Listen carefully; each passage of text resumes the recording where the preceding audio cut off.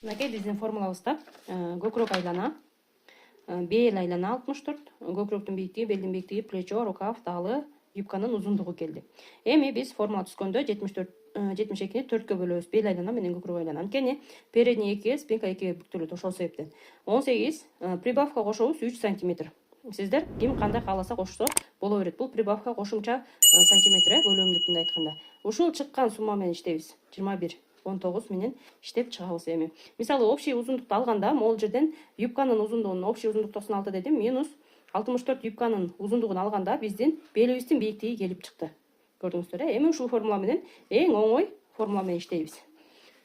Мына ушундай формуланы өзүңүздөр размерлерди аласыздар, кызыңыздардыкын. Уже новогодний ёлкалар болуп атат. Кеч тартып калсам дагы ушуга жетишип тигип алыңыздар. Үйдөн отуруп эле ойлоно калып эле баштадым. Мына ушул жерде биз белибизди, юбкабызды биринчи бычып алайын. Белибизди тагып алабыз. Белиңерди, юбканын белиң кандай табасыңар? Жамбаш айлананы ченеп туруп, ошону 4кө бөлөсүңөр. Анткени шымдаганда жамбаш айланадан өтүш керек. Например, биздин кыздын жамбаш айланасы 86 болсо бөлөбүз 4кө, аны көбөйтөбүз постоянный коэффициент 0,64кө. Ошондо могул бурчтан түшкөн канча сантиметр түшүп бел айлана чыгарасыңар, ошол радиустун сантиметри келип чыгат. 15 сантиметр. Ушул 15 сантиметрди бурчтан жылдырбастан циркул аркылуу сызып аласыңар. Тоголок кылып 15 сантиметрди жылдырбай ушул жерден сызып алсаңыздар, белиңиздер тегиз чыгат.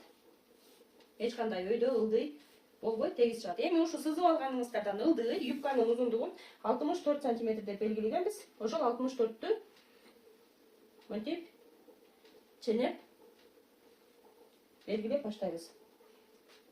Анткени этеги дагы бардыгы бирдей чыгышы керек. Тегиз чыгышы керек. Ошол себептен 64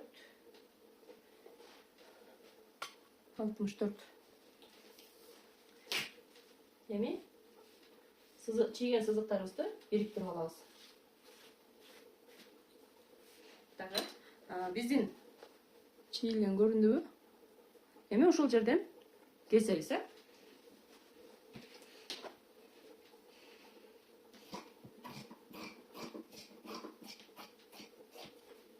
бел айланасы. Эми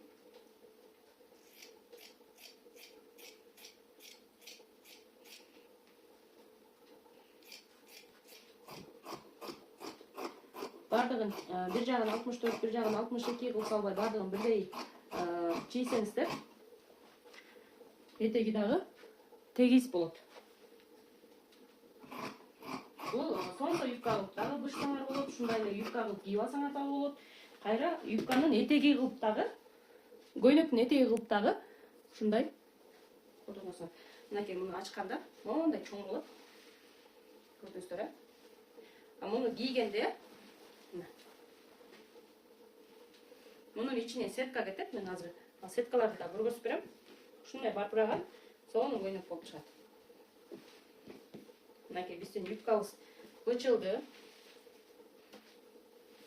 Эми үстүн бычабыз. Мен ушул тканьдан 2 гана метр алгам. 2 метр болгон, 2 метр бар экен.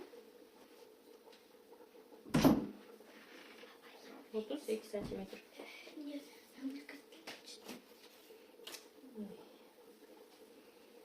32 сантиметрди биз тегиздеп чийип алабыз. 32 сантиметр биздин белибиздин бийиктиги. Ал эми могул жерден мисалы белдин бийиктиги 38 сантиметр болуп атпайбы общий? 32-нин жарымын центрин табабыз. 32-нин центри бизде 16 сантиметр. Центрин табабыз. Центрин тапкандан кийин мына ушул жерге чийебиз.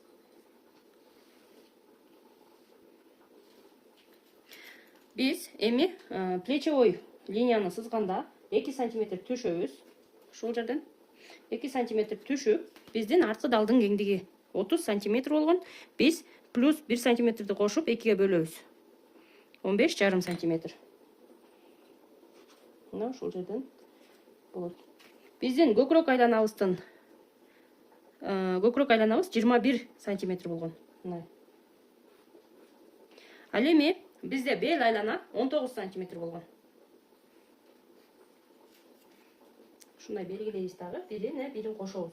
Көкүрөк менен бел линияны кошобуз. Андан кийин биздин далдын кеңдиги, муну түз чийип алабыз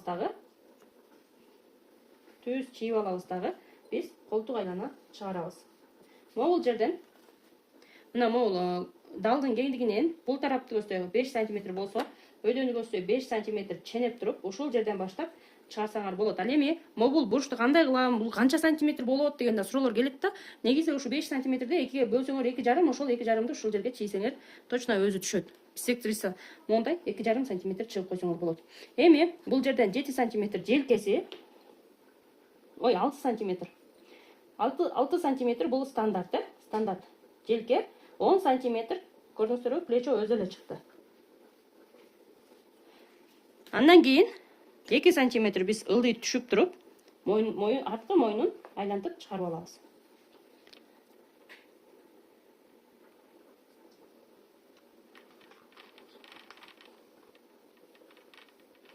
Мынакей, дагы бир түшүндүрүп кетейин. 2 сантиметр ылдый түшүп, түз линия сызып алабыз эң биринчи.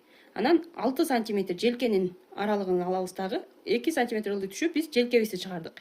Андан кийин 2 сантиметр плечовойдон ылдый түшүп, 10 сантиметр биздин плечовой линиябыз. Арткы далдын кеңдиги 30 болчу, плюс 1 сантиметр кошуп, 2ге бөлөбүз. Ошондо 15,5 сантиметр биздин арткы далыбыздын кеңдиги келип чыкты мынакей. 15,5 сантиметр. Бул 0,5 болуп эсептелинет, жарым. Биздин көкүрөк айланабыз 21 сантиметр болчу, мына ровно 21 сантиметр, бул тарабы менен көргөзөйүн, сиздерге көрүнүктүү болуш үчүн. 21 сантиметр, 15,5 сантиметр, мына мындай ченегенде 15,5 сантиметр. Андан кийин биздин бел айланабыз 16 сантиметр. 19 сантиметр.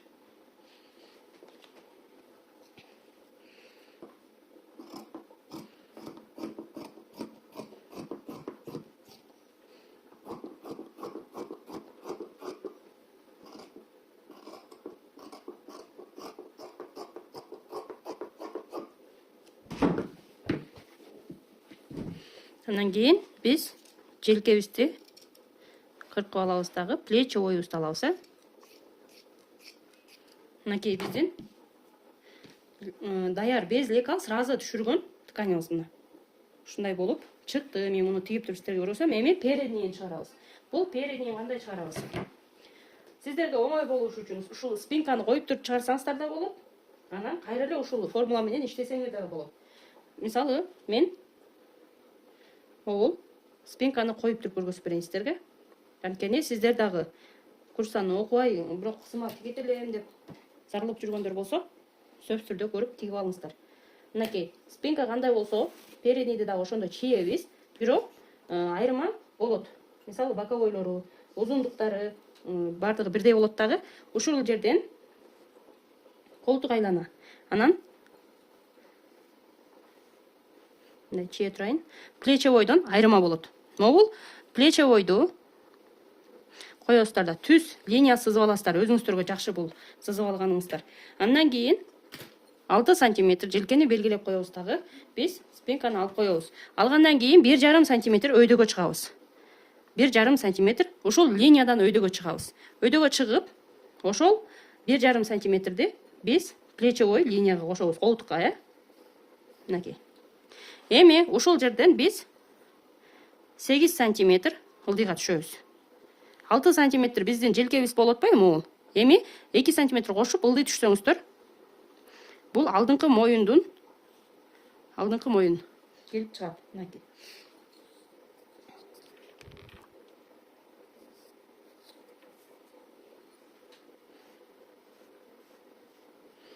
Сиздерге көрүнүктүү болуш үчүн ушундай кылып кайрадан басмалап чийип коеюн.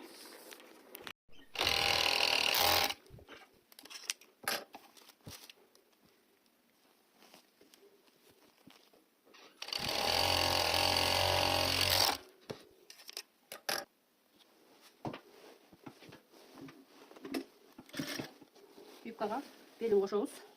Белине эки боковойуна центрин таап туруп, анан расечка коюп алабыз дагы, ошол моундай расечкага мондай шовту келтиребиз. Анан юбкабызды тигебиз. Юбка негизи могу косой бычылгандыктан кичине мындай чоңураак сыяктуу болуп калышы мүмкүн. Бирок аны мелкий сборка менен киргизип койсок болот.